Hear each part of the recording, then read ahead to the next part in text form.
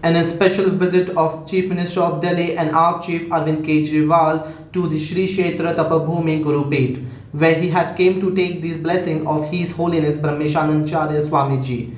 In this special visit, he seeks His Holiness blessing and asks for the support for his party for the forthcoming election in Goa. While speaking to GoTV, he focused on the corruption in mining and tourism sector.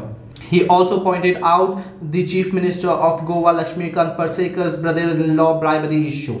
He also said that with the help of Goan people, he can take out corruption out of Goa.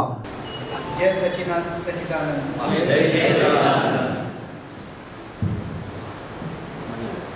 सबसे पहले मैं स्वामी जी को, महाराज जी को चरण वंदना करता हूँ और आभार व्यक्त करता हूँ कि उन्होंने इतने शॉर्ट नोटिस पे हम लोगों को मिलने का समय दिया।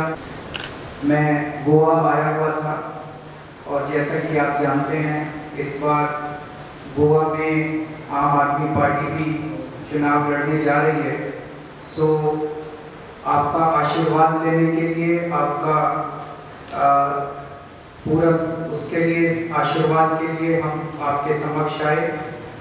जैसा आप जानते हैं कि हम बहुत छोटे लोग हैं, हम आम लोग हैं और 2-4 साल पहले तक तो हमने कभी ज़िंदगी में नहीं सोचा था हम चुनाव लड़ेंगे।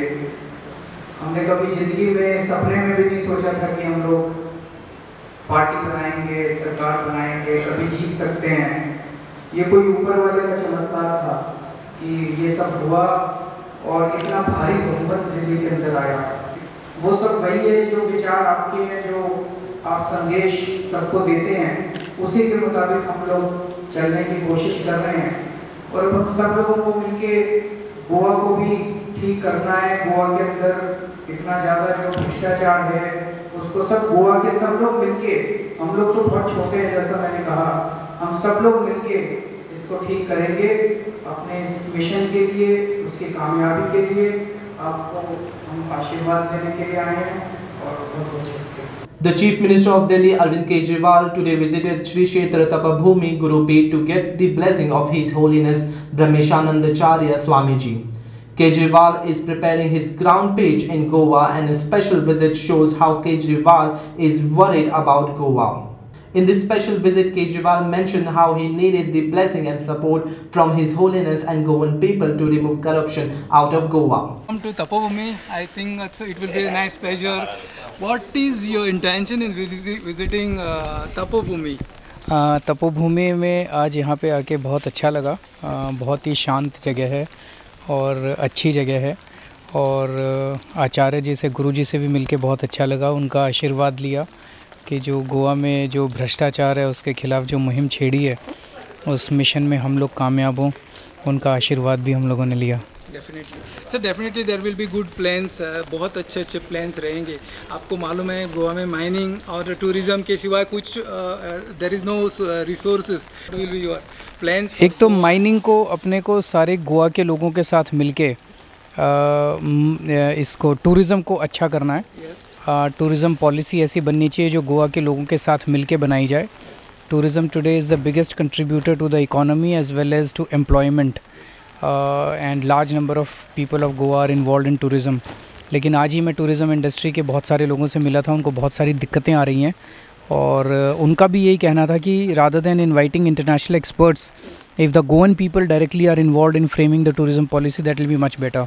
जहाँ तक माइनिंग का सवाल है, हमारा ये मानना है कि ईमानदारी से होनी चाहिए माइनिंग। माइनिंग में सबसे ज़्यादा घपले हुए हैं। वो शाह कमीशन की रिपोर्ट भी जो आई है उसमें कई हज़ार करोड़ रुपए के घपले निकल के आए हैं।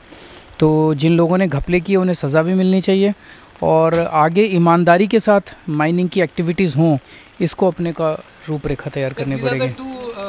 मेजर इकोनॉमी, देखिए सबसे इम्पोर्टेंट तो करप्शन है। But now recently you must have read in the newspapers that the Chief Minister of Goa, his brother-in-law was directly caught red-handed taking a bribe, and the Chief Minister exonerated him and reinstated him back. As a Chief Minister, if I were there if this had happened with me, I will sever all my relations with such a brother-in-law and ensure that he gets strongest punishment. Because if the Chief Minister protects his own relatives in corruption, then what message are we sending to the... So both the parties are neck deep in corruption, and most of the problems today which Goa is facing are related to corruption. Today there is only one party, Aam Aadmi Party, which can promise the people and deliver a corruption-free governance. And second is we have to protect the Goan tradition and culture, which is under assault today. On that we need to take several steps. Bureau Report, GoTV.